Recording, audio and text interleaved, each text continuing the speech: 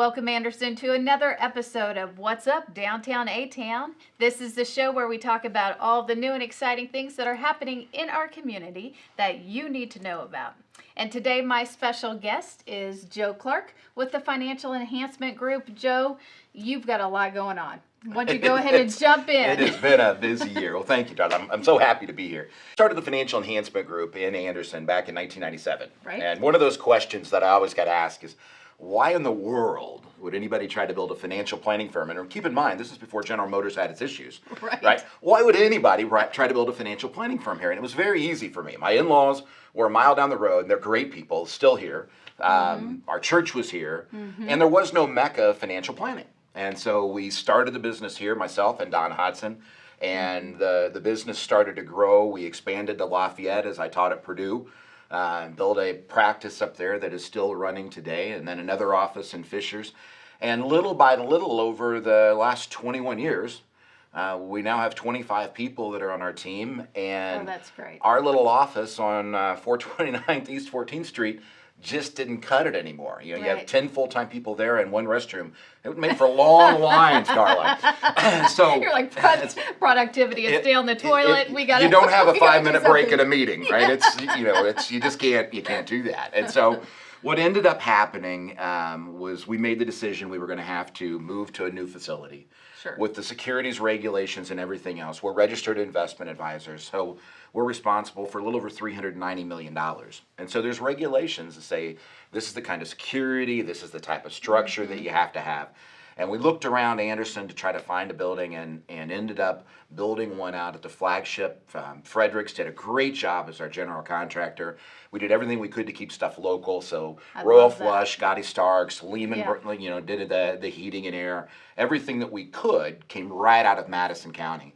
When I look at Anderson today, I think it's in a much better state of mind and a much better economy than it has been in the last 10 years. There's a lot more stuff that are going on. You go out by our new building on the Flagship West and NTN and NTK and Nestle's adding, and we've got all of this stuff that's coming, and that corridor from Indianapolis is just marching on up.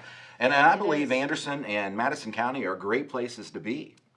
Well, we certainly agree with you. Good. So let's talk a little bit about that open house. It's going to be a real celebration. It is. It's exciting. We have people flying in from all over the country. We've got an office or two in California, one in Bozeman, Montana. They're coming in to see the headquarters, and some friends from Texas, and it's really going to be a neat thing. So the mayor will be there at 3:00 to do the ribbon cutting, and then we'll have a little bit of a conversation. But it's from 2 to 7 that day, and you're welcome to come see the building. I know a lot of people have said, hey, I drive by it every day because of the call centers, the Nestle and the GTI, and so you're welcome. Come visit. We're happy to be able to see you. One of the things that we're really excited about is being able to partner with Habitat for Humanity. Yes. And my car doesn't. I've lived in the same house since 1998.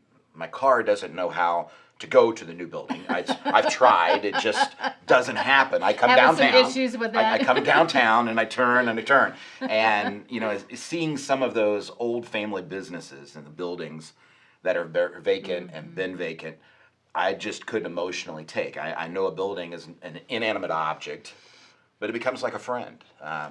We've seen a lot of things the last 21 years there. So I sit down. Roger Reed and Tom Seal helped us analyze the market, give us the concept of the probabilities of what price range it would sell, and I just couldn't get comfortable with that. One of the ministries that many of the families that we take care of at the Financial Enhancement Group, one of the common ministries is Habitat for Humanity. They're engineers, and they like to go build buildings and do things that are different than sitting behind a desk. And I appreciate, and Barb appreciates, my wife, the ministry of taking care of people and helping them get an opportunity that they might not have otherwise had. And you and Barb, speaking of Barb, you both have your toes in different ministries throughout Anderson and Madison County. So we're lucky to have you in that regard as well. Thank you. I appreciate that. I respect both of you greatly for that. Thank you, darling. I appreciate that. We've been very, very blessed. Anyhow, Habitat for Humanity is moving into our new building, moving into our old building, and they're going to be there for at least 3 years, probably a lot longer. We'll see, but that'll be their base here as their headquarters. And the plan is sometime maybe before you actually even see this interview, we're going to try to have an open house for them. It's what a great organization, and what a great way to repurpose that building. Yeah, rather than it is sitting there or not. If it didn't sell, and then you have another vacant building right in there. So that's excellent. Just didn't want that. Yes. It's, Anderson deserves more, and that building deserves more. So tell us specifically, if the viewer is not familiar with Financial Enhancement Group, tell us what you do. By trade, I'm a certified financial planner, and so I would help people do the planning. And remember when we started, if you remember the tech wreck in the back of your head, when we started, we managed money and we sent money out to other advisors and other money managers. And the tech wreck hit, and quite frankly, I said I couldn't do this bad if I tried. and so we decided that we were going to manage money in-house. Anybody that knows me knows that I'm a tax junkie. If you read my newspaper column in the Herald Bulletin or have listened to any of our radio shows, you know, I was on WHBU for over 20 years, right. and WQME before it sold. Now it's WIBC and WHBU. But I try to teach money, and most of it is by virtue of what happens on that tax return. And I decided that you can't really manage what happens on a tax return if you can't control when things are bought or sold, or what kind of contributions are made. So Adam Harder is our chief investment strategist. He's a CFA. Andrew Thrasher is a charter market technician. The three of us kind of manage or oversee the portfolios. About 850 families in 31 states. And like I said, about $390 million. And then I've got 4 financial planners and myself that deal with families where we sit down and we walk through a process that I trademarked when I taught at Purdue. So we call it the Family Focus process, and we start with helping people articulate a vision. We do that for a very important reason. You know, we're young and vibrant and bright right now, but what happens, what I've seen over my 31-year career, is that about 10% of us simply drop dead. 90% of us actually fade away. And so I've watched money disappear because people made mistakes, forgot their purpose, somebody took advantage, those kind of things. And we just little by little lose sometimes our capacity. And so that financial vision in your own words helps for me to keep you and your kids on track, saying, hey, here's where Darla really wanted to go when she was with it. And so we start there, and then there's 5 areas financially where people can get into trouble. And what happens is we almost always focus on our strengths. If I ask you to cook something, you're going to pick whatever you go with my best. Exactly. I mean, you're not going to come out with a new, you're not going to try something new today, right? You're going to come out with what you're good at. And so those 5 areas, most people call it retirement planning. We call it your life after work. And I'll tell you a funny story in a second.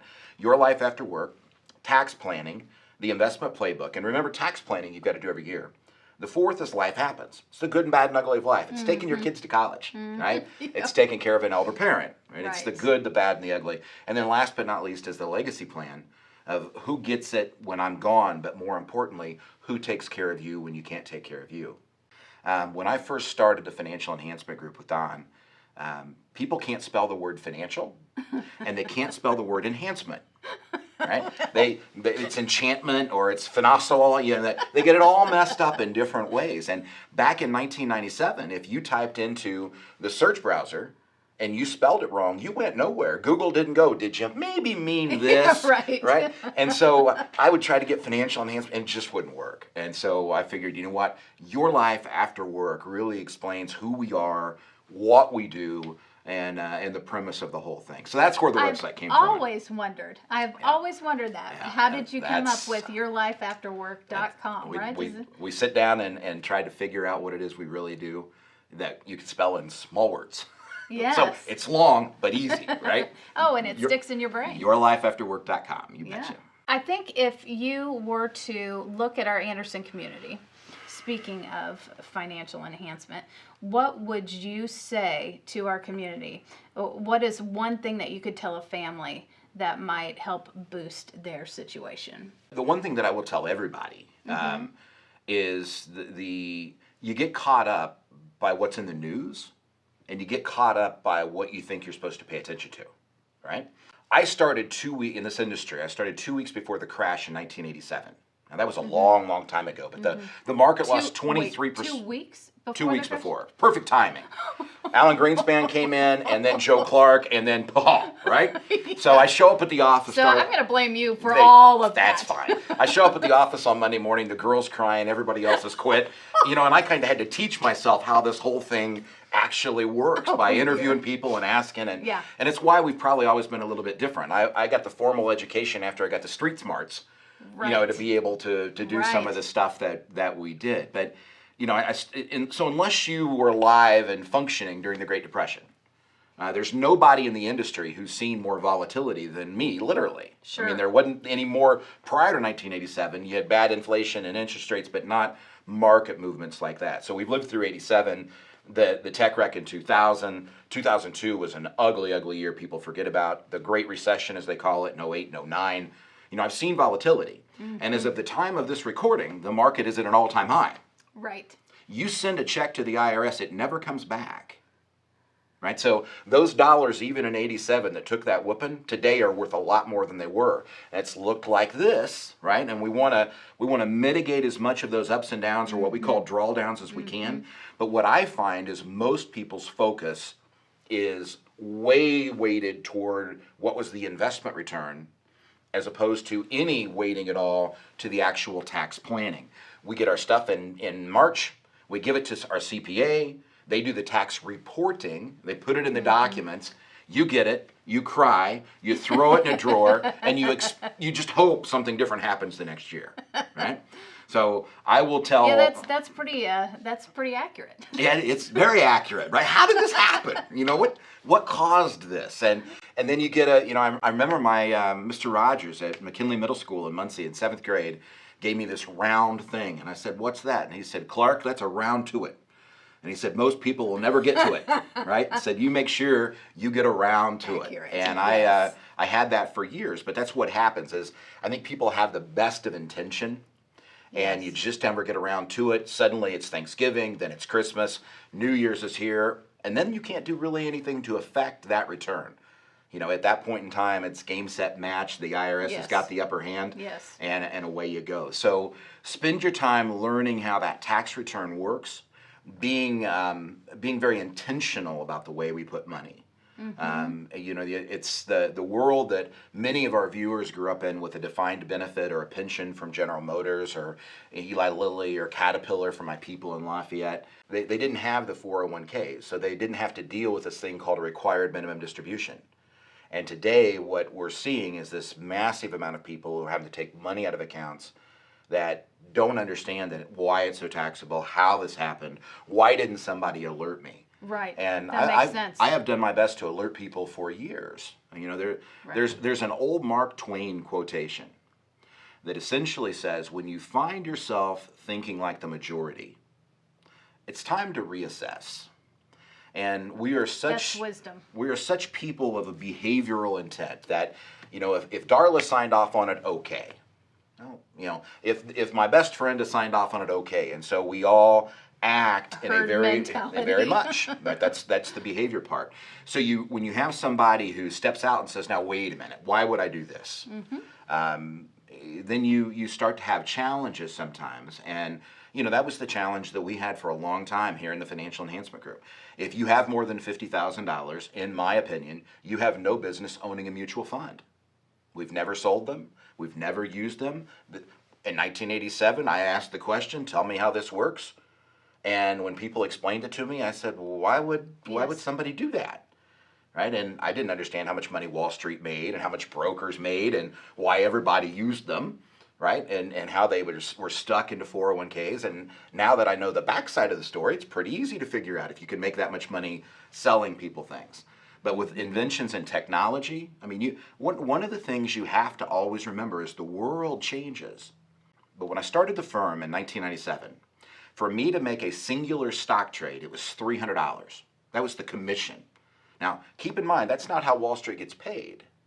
Wall Street gets paid off the spread between the bid and the ask. That's how much the commission is for the brokerage firm or the stockbroker. $300 to sell a stock. Today, the first 90 days, we keep our money at TD Ameritrade. The first 90 days, it's free, right? And after that, it's $4.95 a trade, right? And there are some companies that are out there now that do it for free. Now, inquiring minds would have to know. You just have, if you really got out of herd mentality, pull to Mark Twain and ask yourself, what am I doing different? Why am I just buying into this? If you ask yourself the question, it's kind of like, okay, let me get this straight. They're not charging me any money. They still have big buildings and the lights are on. Sure. There must be How another is way that this happening? works, right? There must be something I'm missing, right? And that's what we try to help people do is to find those missing parts. You'll hear me on the radio every week talk about the Fiduciary Focus. And it's a combination of risk and volatility, fees and expenses, taxes, but both today and tomorrow, and then real return. Real simply means inflation. And people get focused on one of the four, right? And it's really when I wake up in the morning as a fiduciary, I look at all four of those and how it impacts your retirement, your life, what it is you're trying to do. So that's why I have an army of people. No one person can do this on their own. Sure, yeah, it So we have sounds like 25 people that are all happy, and we look forward to growing. That's why we built the building and here, and there's its ability to expand. So we're very happy to be in Madison County. And I will tell you, people that I have in Texas and especially people in California and Montana are happy to have good Midwestern values. That are I because bet. they don't find them Yes, quite so easy you're as out exactly there. right. And they're more fond of Indiana than people know here. Right? Yeah, I would agree with that. It's a beautiful thing. Yes, just in my travels recently. Oh, you're from the Midwest. And there's almost this unspoken, oh, I can trust you. Yes. Or I can tell you something. You're going to tell me the truth. Yes, exactly right. And it's a very important part of our lives. Now, you mentioned a few different things that you do with your time. You said you have a column in the Herald Bulletin, so when can folks check that out? That Sunday morning is when it comes out. It's moved around from Sunday to Saturday back to Sunday, but it's been at Sunday for a few years. But that's there every Sunday morning. The radio show on WHBU is Monday nights from 5 to 6. It's on WIBC on Saturday mornings from 6 to 7 a.m. And believe it or not, people listen. Apparently, I have a distinctive voice. You can't ever hear yourself talk. And I've met people and they go, "I've heard you." It's a little weird. Secretary of State Connie Lawson was on the show, and she's one of those that's up every Saturday morning, working out. And I'm not sure if I could listen to me and work out, for just being honest. But anyhow, it's Might it's lose funny. motivation. But those are the two of the shows. We spend a lot of time on podcasts, so you can put in Good. Consider This with Big Joe Clark, and find our podcast, and of course our website yourlifeafterwork.com. Has a lot of our insights, blog posts, past newspaper columns. And if you've got a question, that's what we always encourage people to do. We take care of people who don't want to worry about their money so that they don't make inefficient financial decisions that Right. lead to frustration and devastation, right? I know that there are people out there who are going to try to do it on their own. So the thing that drives me is to educate you about your money so that you don't make inefficient financial decisions that lead to frustration and devastation.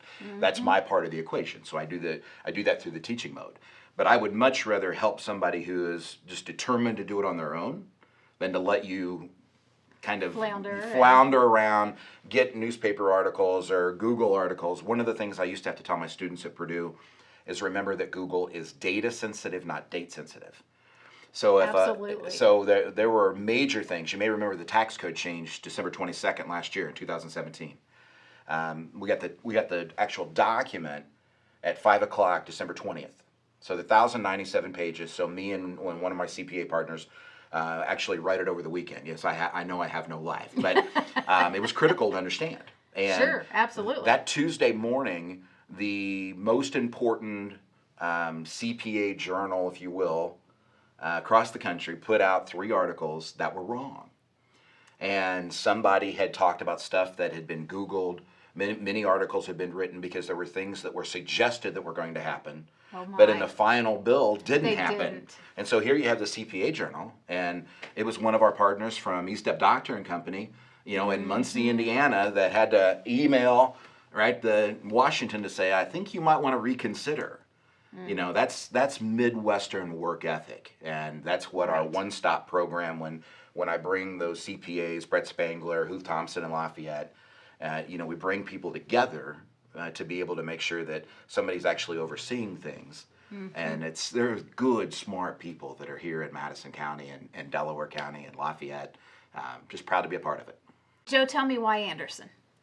I lived in Muncie till I was 16, and then Dad got a new job and moved me from the metropolis of Muncie to this little farm town called Otterburn, Indiana, about 12 miles outside of West Lafayette. And I graduated from Benton Central up there, and I assumed I would never be back in Lafayette. Met my wife when she was teaching, or when she was a student at Ball State. Her mom and dad had always been here, and it just seemed to be the right place to go. So it wasn't brilliant demographic studying at that point. It wasn't charting out the course of where you should build Well, a you business. could have lied. I could have, but that wouldn't work, right? That's that Midwestern thing. It just Right. it wouldn't fly real easy. So no, it was just happenstance. We got Barb and I got a trailer in Middletown under the water tower, and then moved over to Ridgewood Drive over by Mounds Mall. And now we wound up over here on Van Buskirk, and have been here since we started. So it's been a fun place to be. But there are good people here, and as I tell people all the time when I travel, I've got families in 31 states. With the technology that exists, I could live anywhere. I could do this anywhere. Sure. And there's no place that I would have rather raised my two daughters, and there's really no place that I would rather call home. Now, I do like to travel, but Sure. this is home. Yes, you always like to come Yeah. home. We come back to our roots and to places that we're proud of. But, Yes. the majority, there are very few people out of the 25 who weren't born in Indiana. Hoosiers are an exceptional breed of people, I've decided, when it comes to business dealings and handshakes and, doing honorable things. And, we've just been, if people knew the relationship that I had with Bill Fredericks, to say, hey, I got to run a company. I've never built a building. I didn't intend to build a building. You go do it. My rule is use as many local people as you can. Yes. And I bet building that building, Bill and I probably talked 30 times maybe. I mean, he just had it. I mean, and to be able to have that trust is just a phenomenal thing.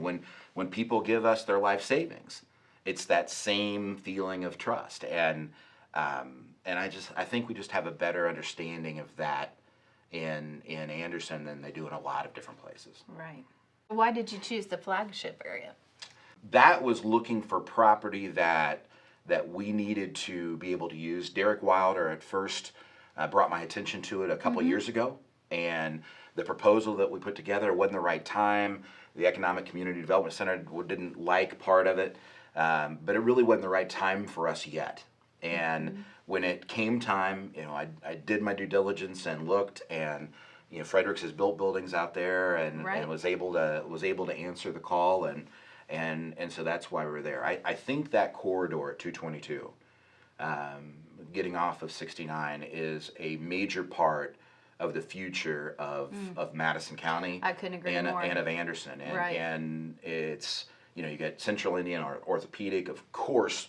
You have Skyline Chili, right? I mean, that's paramount. It's we're Above not, all. you got to have that, right? So, but it's all out there together, and I just think that's the right place. When we have people who come down from Fort Wayne, it's an easy place for them to just get get off. right off the and, interstate. And it That makes makes sense. makes it very, very simple. And I'm going to miss the downtown, quite frankly.